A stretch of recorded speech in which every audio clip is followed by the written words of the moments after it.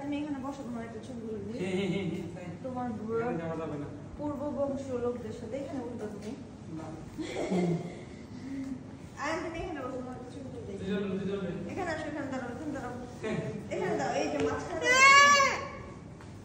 কত রকমের পাথর দেখো।